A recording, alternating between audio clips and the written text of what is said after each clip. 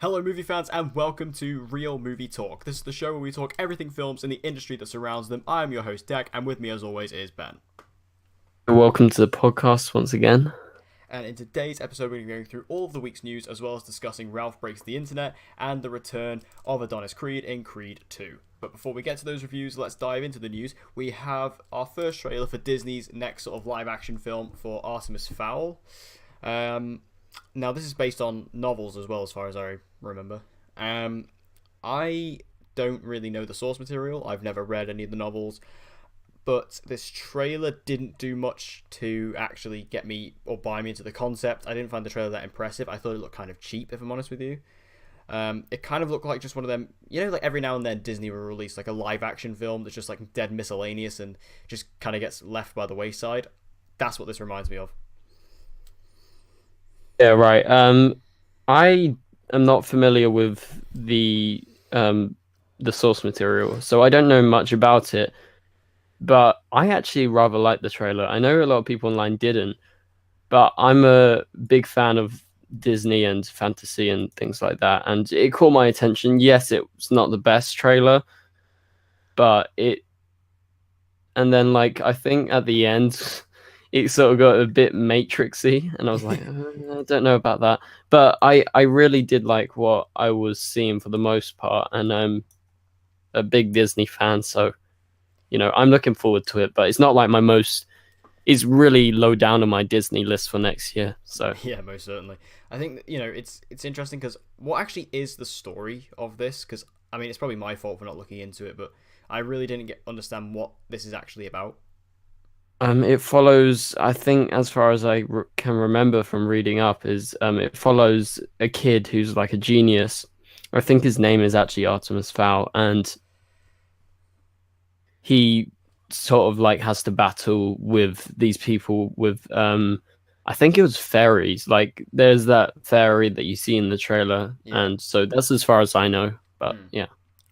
Well, I mean, obviously, this is only the first teaser trailer. It didn't really show us too much, but as like a new kind of new IP, I really had to sort of get an idea to get sold on it, and personally, I just wasn't. But we'll have to wait and see as we learn more and see more. But it's good that you sort of enjoyed it, though.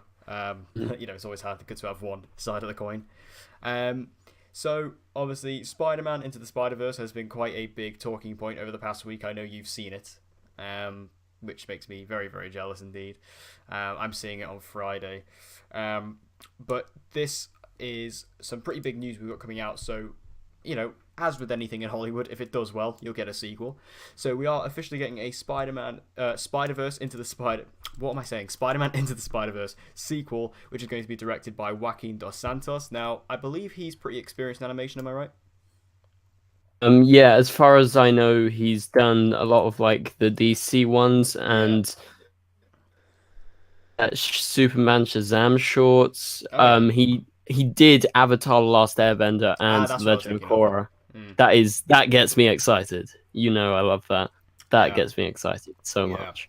I'm also a big fan of that as well. Like, I loved all that when I was a kid. But I mean, obviously, Spider Verse getting a sequel clearly shows Sony has a lot of faith in it. I mean, I haven't heard like a single negative thing about this film.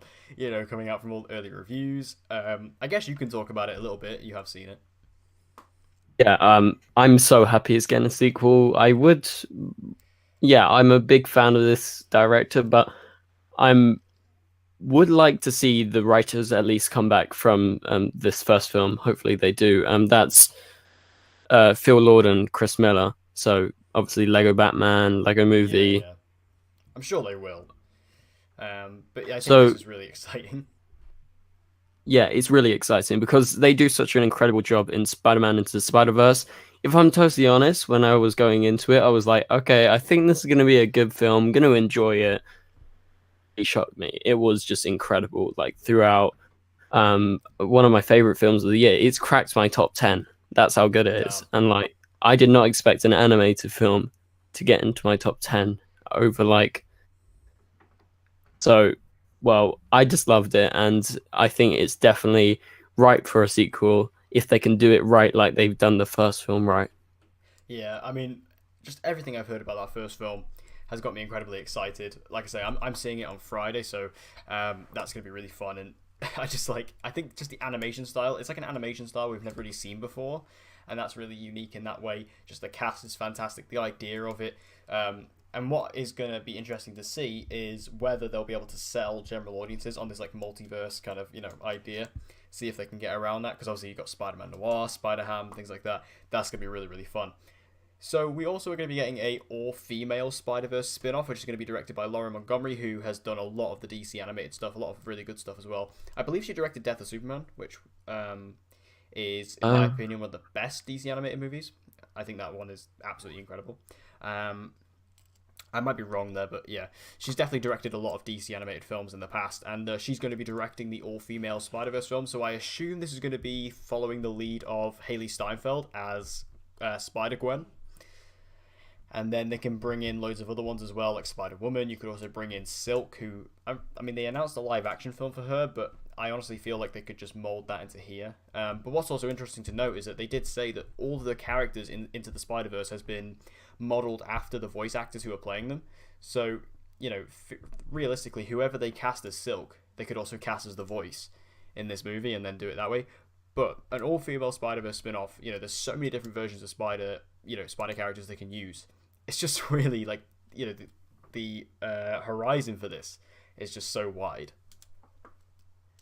yeah, this really excites me. Looking through her IMDb, I've watched basically all her things. Like she did Day, she did Wonder Woman, these are all animated. Mm. Crisis on Two Earths, Green Lantern, Batman and Superman, Apocalypse, and then she did an episode of Batman: The Brave and the Bold, Young Justice.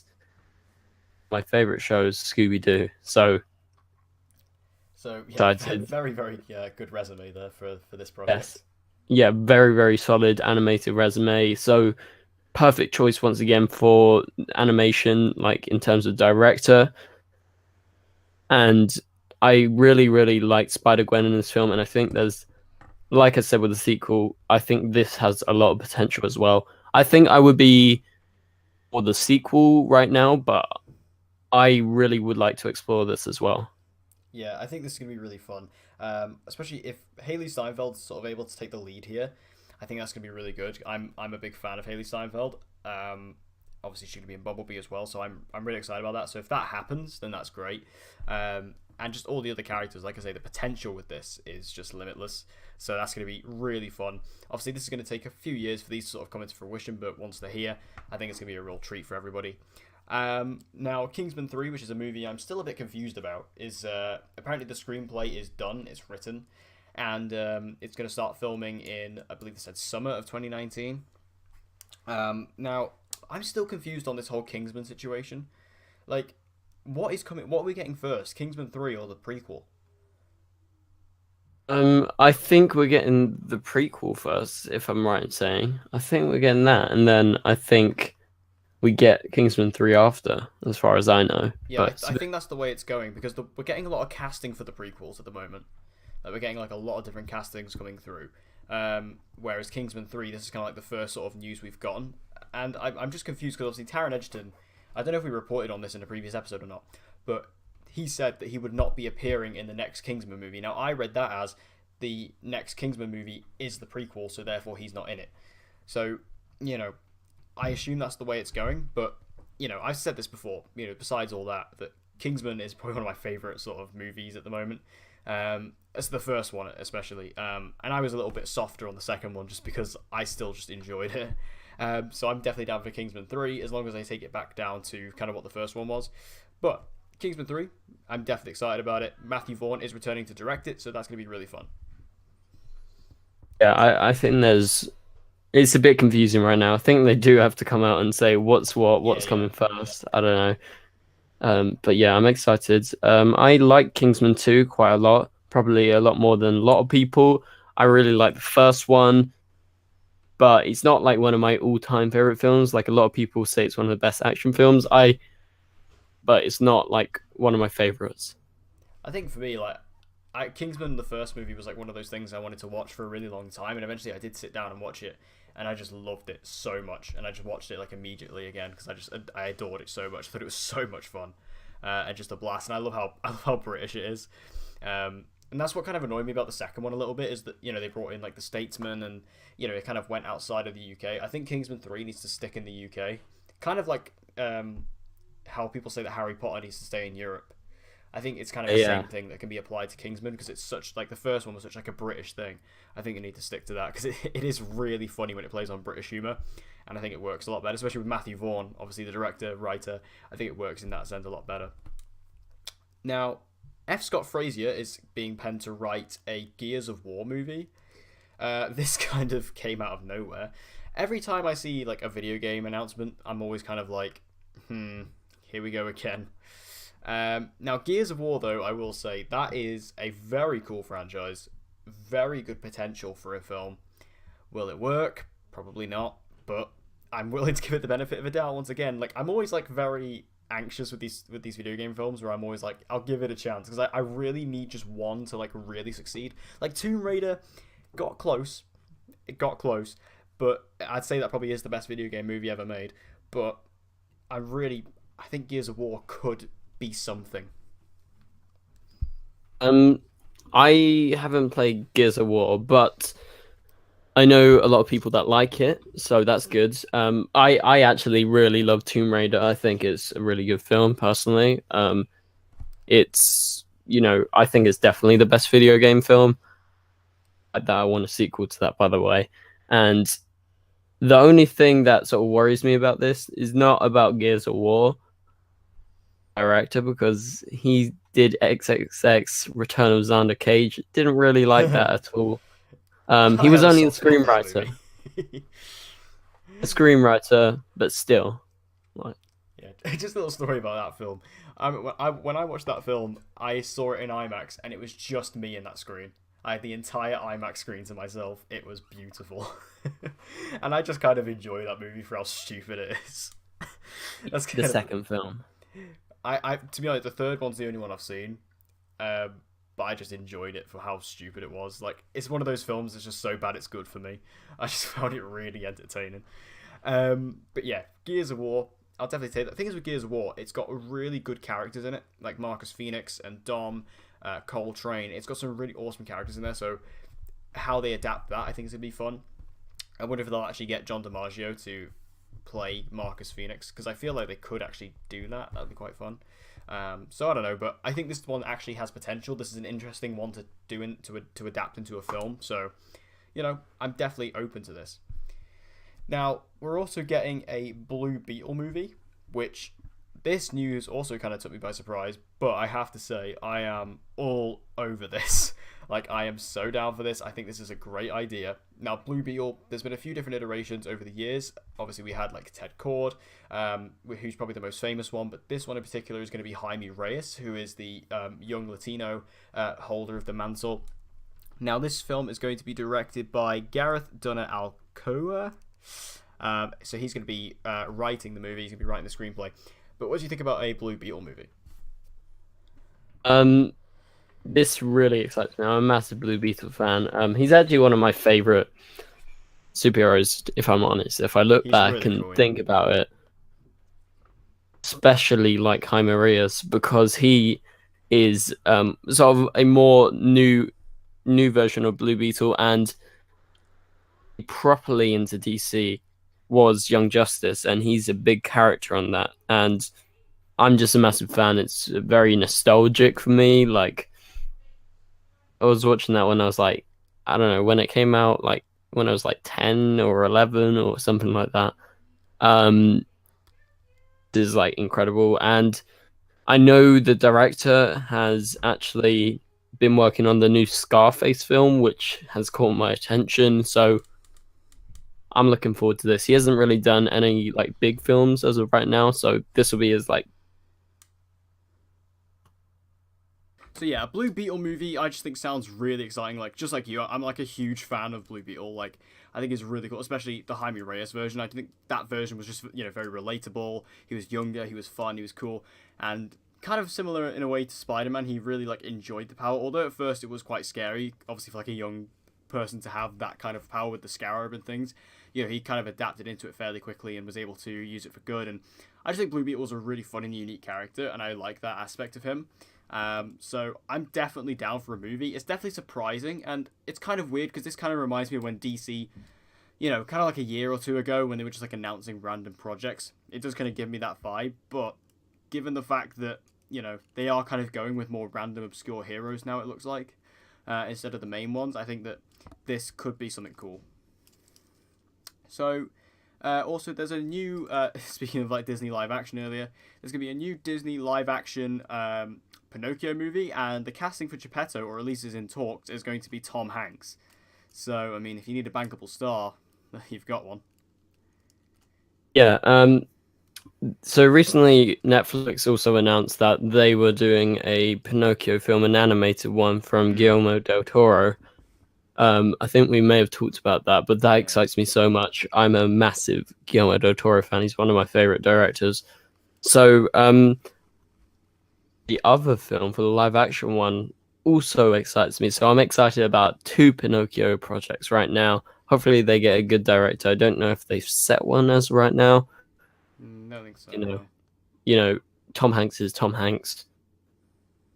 Basically anything he does. So yeah, I'm really looking forward to this. I think it's great casting and director before I get more excited. Right now, I'm more excited for Guillermo's because I feel like that's sort of going full throttle ahead right now. Yeah, I think Del Toro's is a lot more interesting just because it's going to be a very dark take on it, kind of like what we're going to be getting with Mowgli, which I believe comes out on Friday on Netflix, and I'm actually quite excited to watch that. And also that's on Netflix as well, coincidentally enough. So is this what Netflix is doing? Are they just trying to do like really dark adult versions of like Disney stories? But I think this is really interesting, and like having Tom Hanks, like I say, if you want to get bums in seats, that's how you do it. You get Tom Hanks in there, and depending on, like you say, who the director is, could determine on which project seems more exciting. But at the moment, I am in the sort of the Del Toro camp, just because of pure originality. I think it's going to be something very visually interesting, given the fact that it's him. So next piece of news we have is that Isa Gonzalez has joined the Fast and Furious spin-off Hobbs and Shaw. Now, Isa Gonzalez is a actress who I've wanted to see so much more from ever since her sort of breakout role in Baby Driver. I loved her in Baby Driver, and I just wanted to see more and more of her. I believe she was cast. Was she cast in Knives Out? I believe she was. She's been cast in like everything. If you check her IMDb, she's Yeah, gonna have like a massive few years. I'm just checking now, and we'll see if she's been cast. But yeah. obviously, I seem to her remember seeing that. breakthrough. She was cast in Godzilla. I think that was it. Well, that's still great. Um, She's in like everything, so Yeah, and I think her role in Baby Driver was really, really great. So amazing. seeing Yeah. her in this movie is going to be awesome as well. Also, kind of like a driving movie again. But yeah, I think this is a great casting. I think the casting overall for Hobbs and Shaw has been doing really well. Obviously, they've got oh, what's her name? The girl from Mission Impossible Fallout. Oh, what's her name?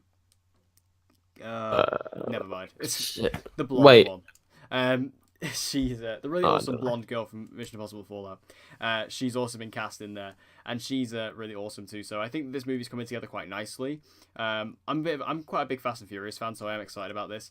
I definitely want to see where this goes, especially because in Fast and Furious 8, like Hobbs and Shaw were the best parts of it. Like their relationship was so funny. So I definitely want to see where they take this and how this is gonna. Because we haven't seen like a Fast and Furious spin-off before, so I want to see how it's going to fit into the overall universe and how it's going to work. And adding Isa Gonzalez into that mix is certainly not a bad thing. Now, we also got a trailer for Happy Death Day to You, a sequel that I never thought we'd really see, but a sequel I'm quite welcome to. Yeah, wow. I'm not lying. This is one of my new favorite trailers. I've actually watched this trailer like 20 times in like a week. It's a really good trailer. I love it. It's great. I remember liking the original trailers to the film that came out. I think it was last year actually. And up missing the film, but now I've seen this trailer. I'm like, okay, I got to see this because I'm looking forward to the second one. I love the music and I Yeah, love the main actress. She was actually in La La Land, and she was great in that. And obviously, she was in the original one that came out last year. So I'm a big fan of her. Obviously, La La Land's like one of my favorite recent films. Jesse Roth, and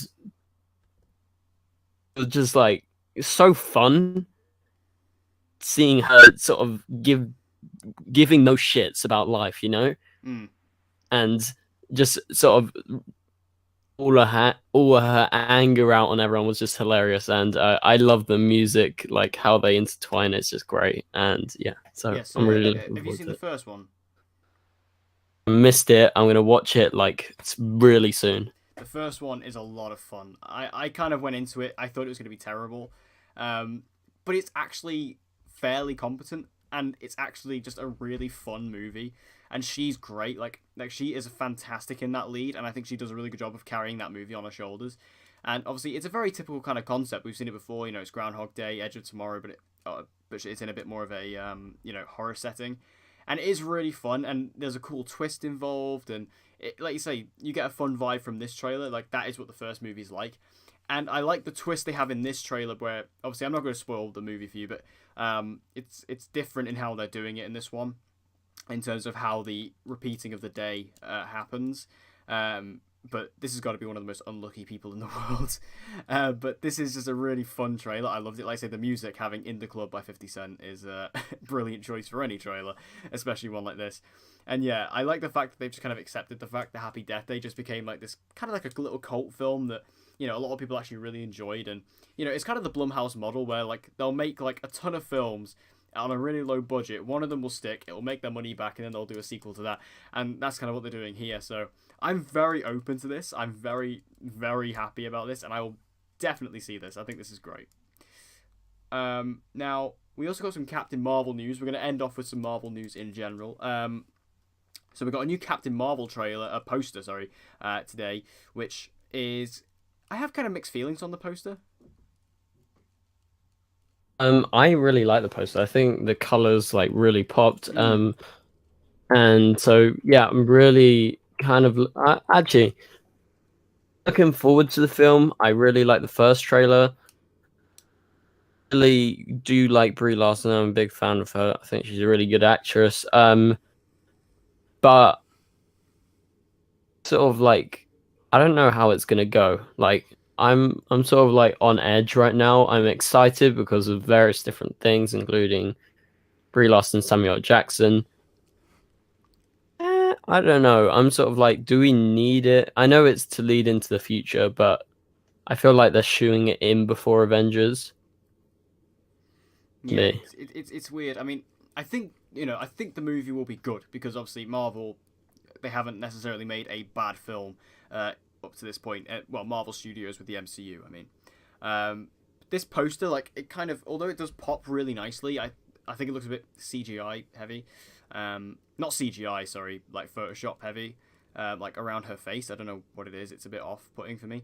But I mean, I'm not gonna like nitpick the movie based on a poster. But in terms of the movie, like the first trailer didn't grab me, which is weird because normally Marvel trailers do. Like the MCU is like one of my favorite movie franchises, so like the fact that the trailer didn't get my attention straight away does send some red flags to me. But I think this movie has all the right ingredients. I think it's got some great directors, some cool writers. It's definitely got obviously Brie Larson is amazing. Brie Larson's a bit weird though to me because like when she was cast, I could never picture it in my mind. I could never see her as Carol Danvers. I never saw it. And then even I kept saying to myself, I need to see an image. I need to see something because obviously we've known she's been cast for like quite a couple of years now. And then when they released those first pictures, I was like, it still doesn't look right. It's kind of like a Jesse Eisenberg thing for me, where I'm just kind of like, I just don't see it. I still don't really see it now. And I think that maybe I just need to wait to the movie because did she have any dialogue in that first trailer? I don't think so. Maybe like one or two lines. But oh yeah, she did have a couple lines, yeah. But like the dialogue's always off screen in that trailer, so like I need to actually see her speaking as Captain Marvel to really sort of get my opinion on it because so far I'm not really too convinced. I'm not gonna say she's bad. She's not gonna do a good job, but I just don't know if she's the right fit for that. But I'll reserve my judgment. Now we are getting a trailer tonight at Monday Night Football over in the US, so we'll see it tomorrow morning when we wake up here in the UK. So obviously we'll talk about the trailer next week, or we were thinking about doing a little bit of a special as well for maybe some Marvel trailers, because Avengers 4 is likely dropping on Wednesday on Good Morning America. So that could be two massive Marvel trailers coming in the space of 1 week. I feel incredibly privileged. So this is going to be fun. This is kind of the week we've all been waiting for. So now, sticking with Marvel news, we also got the announcement. This is just breaking within like the last hour. Marvel are apparently in heavy development of a Shang-Chi movie for Phase 4. Now, this is really weird because I have no clue who this character is. Yeah, I have no idea who he is. I don't think many people do. Like, unless you're a massive Marvel Comics fan, like who he is at all. But we'll see. Yeah, it's definitely look because basically what they're trying to do is they're trying to push it as like their first Asian-led superhero movie. So I mean, if they're doing that, then that's great. Obviously, this is all rumor as well at this point. This isn't actually confirmed yet. But I think that it's really interesting to see that, and even though I don't really know who the character is, I'm sure he's interesting, and I'm sure Marvel will be able to make him interesting, given the fact that it's they can pretty much convince me. If they can convince me on a talking raccoon, they can convince me on this. It'll be fine. So it's weird because Phase 4, we don't really know what Phase 4 is yet, because obviously they can't really announce anything until Avengers 4 comes out. So we're still kind of waiting on like a slate, because I imagine they've got a slate, they just haven't shown it yet. Yeah. I'm waiting for that announcement. I'm waiting for that day where they come out. Like, do you remember when they did the massive Phase 3 one a few years ago? Like 5 years ago. Yeah. Yeah, I need that. I just need one of them again. That was like an exciting time. But if quickly adding on to what they were reporting forward to this, but the one thing that just caught my eye was they said the studio is actively looking for an Asian or Asian American directors to helm the film. So my problem is, I have to say this because my family's Chinese, like some of my family. So I personally think it should be whoever's the best director, no matter if you're black, white, Asian, or anything, even if you're portraying a character like that, I think you should always go for the best director. Yeah. So yes, it's cool that they're doing this and looking for someone like that, but would say Marvel, go for your favorite director. Doesn't matter what race, creed, religion they are, just go for it and make a really good film. That's just me personally. I know a lot of people will like it because of like representation, but I just want a good film, basically. Yeah, I think it does completely come down to, who's the best person for the job. Like, don't sacrifice quality just because of representation. It kind of annoys me, the fact that the times we live in now, people feel more pressure to do that than actually make a good film. Like, one thing that I've said in the past is, I think that Lady Bird as a film, I know you're a massive fan of it, but me personally, I was a bit underwhelmed by it, and everyone was kind of praising Greta Gerwig for being, the female director and things like that. And it was a massive thing for female empowerment at that time, especially come award season last year. But for me, I didn't really feel like she did anything too spectacular. I don't know if that's controversial or not, but I was kind of just like, is that the reason why she's getting attention? And I feel like the same thing could sort of be linked here. I just think get who is best for this role or for this this job. Just don't base it purely on representation, because you could sacrifice an otherwise great film. So yeah, obviously this is still very, very early. We're not going to find out much about this, but for a very long time. But it's definitely interesting, and the character seems a fun one. So yeah, I'll take it. Now, moving over to our reviews, I'm going to hand it over to you for Wreck-It Ralph 2, Ralph Breaks the Internet. I haven't seen it, so Ben, you can go wild. Yeah, so Wreck-It Ralph, Ralph Breaks the Internet is the new film from Disney. It's animated. It's a sequel to the film from about 6 years ago, and very, very solid sequel. It's rather delightful. It's fun. It's enjoyable. I had a good time watching it, although there were some points in the film where I was like, okay, maybe this is dragging a bit long. Maybe the runtime is a bit too long. but it's lovable. It's a very contemporary film with it touching on like the internet and like losing all your friends in real life, and I think it does a really good job on touching that, and it's very fitting essentially. But yeah, at some points I felt like the pacing was a bit slow, at times a little formulaic, and but overall it never fails to recapture your attention. And I think Disney always make very, very good films for the most part, and of the entire film, and I just loved the scene so much, was the Disney princess scenes. There's various of those, and it's just absolutely delightful, and it's hilarious, and there's even some musical scenes with them, and it's just absolutely brilliant. I treasure those scenes. There's some moments like that that are just like incredible. And yeah, so I feel like overall this film is very, very solid, and it's very enjoyable, it's lovable, and it works on a level in capturing that childish wonder and sort of the idea of friendship, with action and comedy leading the way down this rather maybe too extensive film. So I actually, on my review, gave it a 3.5 out of 5 stars. So I think it's definitely worth a watch. Yeah, I was gonna go catch it on Saturday, and then time kind of got away from me. I had a very busy weekend. Obviously, I went to Wales Comic Con this weekend as well, so I didn't really get the chance to get around to watching it. But I definitely will. I haven't actually seen the first movie, so I need to do that first. But I think all the trailers have really impressed me. Obviously, the idea of the internet is just, again, limitless possibilities there. I think there's just so much opportunity to have so many cool references, things like that. Obviously, so many Disney references. The Disney princess scene, which was highlighted in the trailer, looks like a true standout, and things like that. It looks like a really fun movie. So I definitely will try and see it if I can and when I can. But I definitely need to catch that first movie before I do. Now, my review for this week is going to be for Creed 2. This is the latest film into the Rocky franchise. The first Creed, I think, is absolutely amazing. I love that first movie, obviously written and directed by Ryan Coogler. I think that film really did a great job of establishing the Rocky franchise in modern times and showing that it is relevant. It's still relevant now, and this is why. With a new protagonist, with Adonis Creed, played by Michael B. Jordan, putting Rocky into a bit more of a supporting backseat role, I think worked really well for that film, and it continues through here. Michael B. Jordan is outstanding. He just gets better and better every time I see him. Like, he's one of the very few actors who can genuinely sort of make me really cry. Like, have you ever seen Fruitvale Station?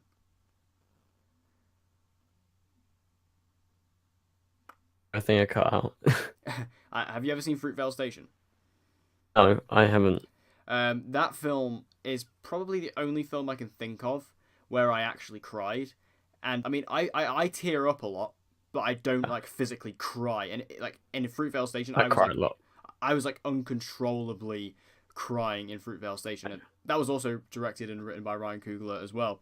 And so with that talent, I thought Michael B. Jordan again just continues to do that, and he does make me tear up a lot in this movie as well. I thought he was absolutely incredible. Also, like, pair that with Tessa Thompson, like, she is fantastic in this. I love Tessa Thompson. What I liked about her character as well is that in the first movie, you hear about that she's like this budding artist, she's like this music producer and music creator, but you don't really see it. But in this movie, you do get to see it. She even gets to do one of the songs for one of Adonis's walkouts for one of the matches, which is really awesome. And what I really loved about these two characters in particular is that they have a child, which that's not a spoiler, that's in the trailer.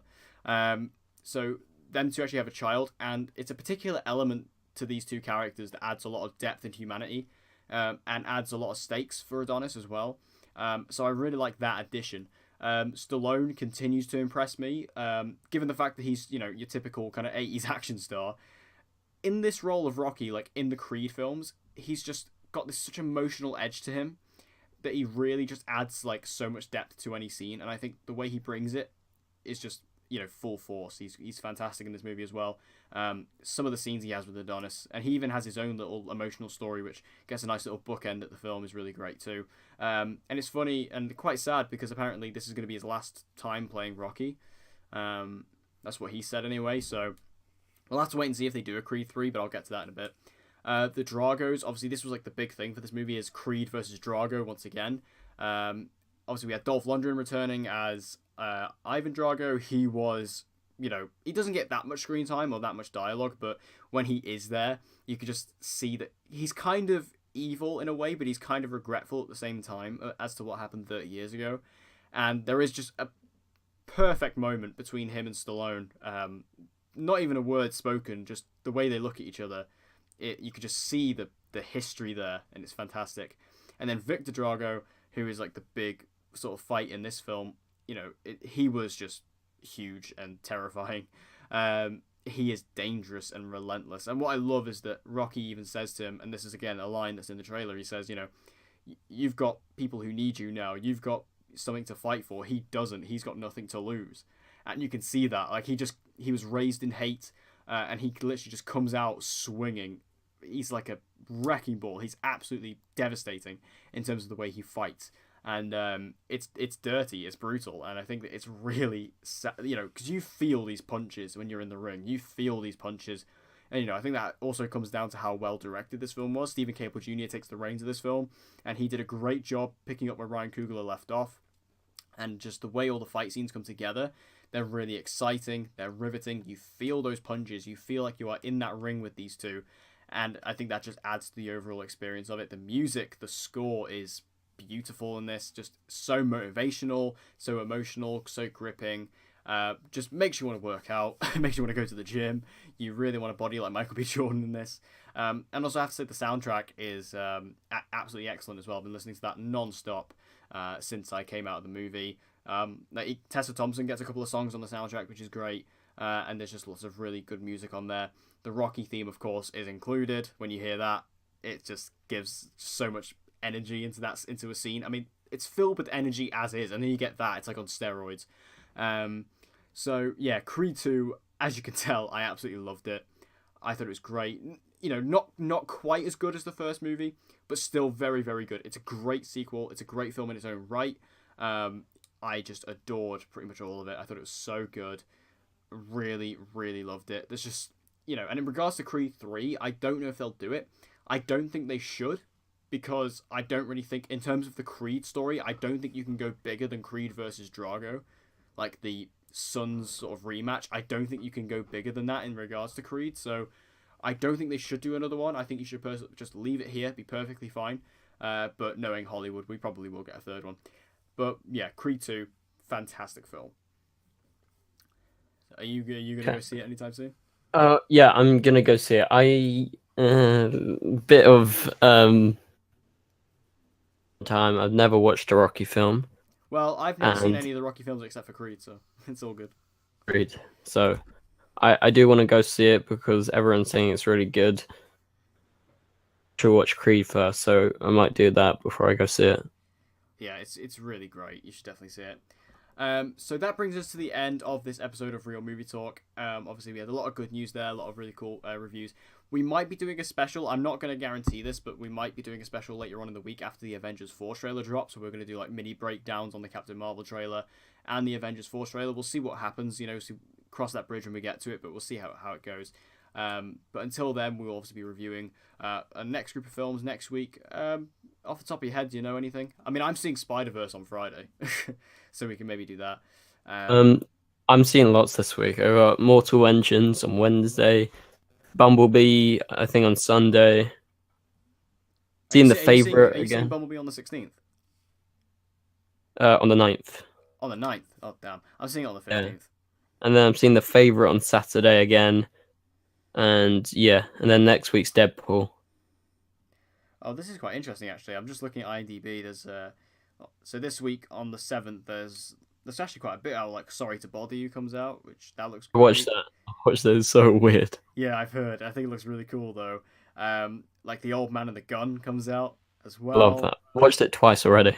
Yeah, so there's some really cool stuff coming out this week actually. So we'll definitely keep an eye out for that, and we'll let you know obviously next week what reviews we'll be doing. But thank you guys for listening. We hope you guys enjoyed this episode of the podcast. If you did, make sure you share it around to any other movie fans who you know who think will enjoy this type of content. And as always, I've been Dec. Been Ben. And we hope to see you guys again next week.